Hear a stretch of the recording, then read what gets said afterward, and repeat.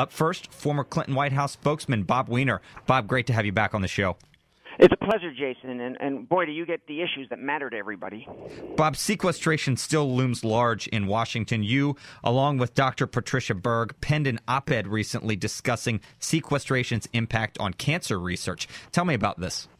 Well, let's disclose that Dr. Patricia Berg is my wife, who is a major national cancer researcher in breast cancer, and the two of us attended the American Association for Cancer Research annual convention where 18,000 scientists gathered, and they not only gathered to discuss their research, but they held a rally for medical research. These wonky researchers, nothing against Pat, she is a beautiful, great, vivacious woman, but these wonky researchers poring over their microscopes in the library grounds, and then in rhythm to drum beats, yelling, more progress, more hope, more life, led by Cokie Roberts, herself a cancer survivor.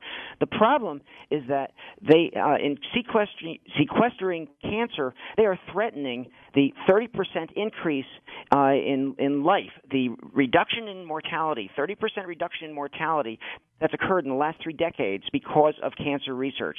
40,000 women a year die from breast cancer research alone. 1.6 million people a year get it, and 1 out of 2 men and 1 out of 3 women get cancer sometime in their lives.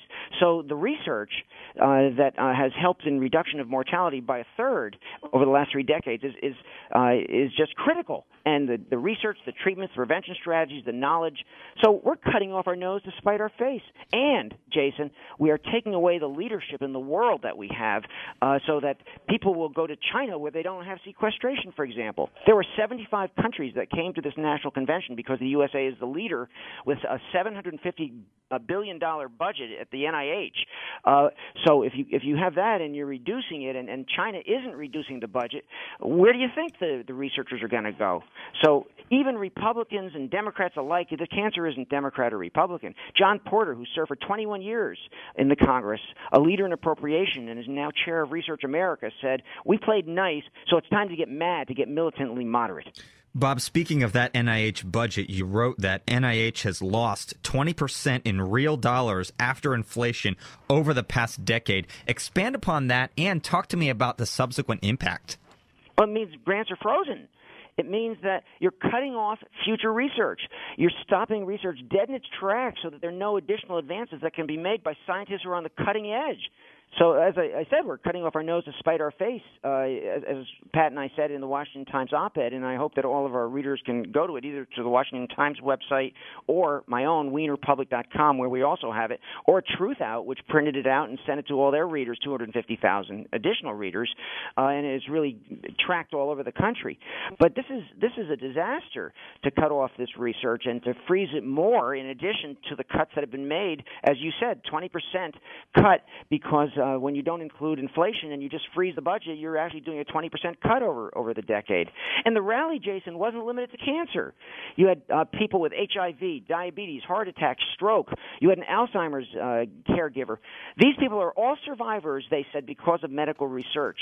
And sequestration isn't just on health care. It's stopping children from preschool. It's blocking our roads and bridges from repairs. It's cutting nutrition programs. But I do think that the clearest indication of the stupidity of Washington's gridlock in this case and ineptness is the reports that Medicare cancer clinics are having to turn away a third of their patients from chemotherapy, literally sentencing them to death. So, yep. Bob, so that's already happening right now, this byproduct of sequestration with people at Medicare cancer clinics needing chemotherapy? Yes, that's been in the press. The cancer clinics are turning away a third of their patients from chemotherapy. And, Democrats are convinced that because of sequestration, defense cuts can't happen. And Republicans did sequestration, and they're maintaining it because social program cuts won't occur any other way without the bludgeon of the sequester. Well, okay, Jason, the bludgeon has happened. So now maybe both sides can rationally act and come up with a progressive budget that actually helps people. But it can't be, I love President Obama. I'm a team player with President Obama. But his reducing Social Security benefit cost of living is, to me, inexcusable. And Social Security is actually funded by seniors' premiums for the next 30 years. Shouldn't be on the backs of seniors. It should be on the wars.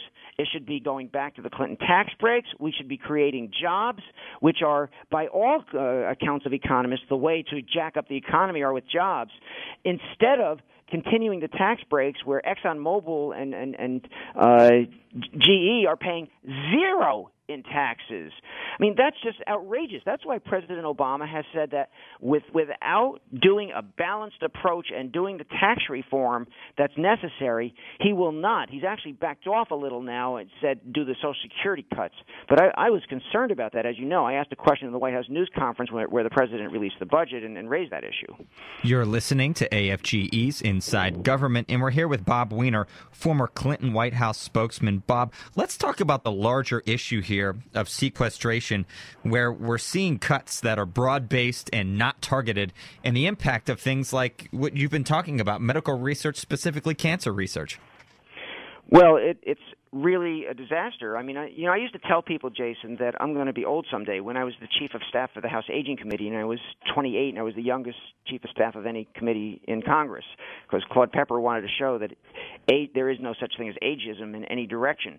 But now I am old. I'm 66. So I have an even greater concern for the issues that affect the elderly and health care than I used to, perhaps. And so it is just an outrage to tell seniors that you're going to have less money and you're going to, because of sequestration, and you've got to get the money if you're going to do it from places that shouldn't happen, Jason.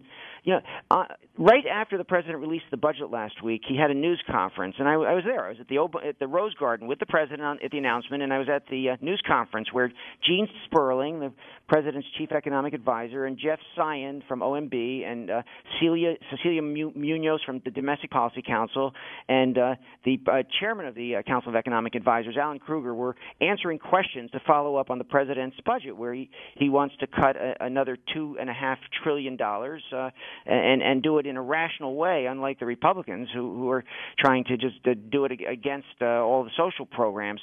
But the president includes these cuts to Social Security and Medicare. So I asked them a question: Why are they doing cuts to Social Security and Medicare to appease Boehner, when those will just increase poverty among the elderly, which has dropped because of Social Security and Medicare from 65% to 7%? And then if you means test, which is one of their proposals, don't you crumble overall support for the programs, Medicare and Social Security, which was Claude Pepper's argument as to why there was no means testing in the programs. The transcript of the responses that they gave, Jason, the four of them looked at each other, and finally their eyes stared at Gene Sperling, because he's the guy who knows how to play the politics the best. But the transcript of the responses from him and Jay Carney was almost funny if the outcome weren't so dangerous, about how, well, no one will really lose, and if you means test, we're still going to make sure that even the people who have the most income still get something out of it. I mean, that they've paid for this. Their insurance policies have paid for the program, and it's solvent for 30 years. That's the way it was designed in 1983 when they made the last compromise. So here they are, they're going to chip away again. I remember when Claude Pepper held his nose at the 65 to 67-year age increase compromise that was done for Social Security. And he said, no. And then everybody persuaded him that it was going to be even worse if he didn't agree to it. And finally, agreed to it, but only on the condition that the program were solvent for 75 years. Which, by the way, we're only 30 years into. And it is solvent for about that 75 years. And even if we get to the end point of that 75 years, one-third of the tax cuts that Bush did, or one-third of the cost of the Iraq War, pick either one, it's a tiny amount of money, will keep Social Security solvent, even in the worst-case scenario, if the economy doesn't improve and we don't drop our jobless rate down even further back to the 3-4% that we'd like. So what's happening is the federal budget, the federal policymakers are trying to steal Social Security money and Medicare money, because 9 years of solvency was added to Medicare through the Obama health care bill, trying to steal Social Security and Medicare money and use it for the rich corporate tax breaks. That's the real deal of what's happening.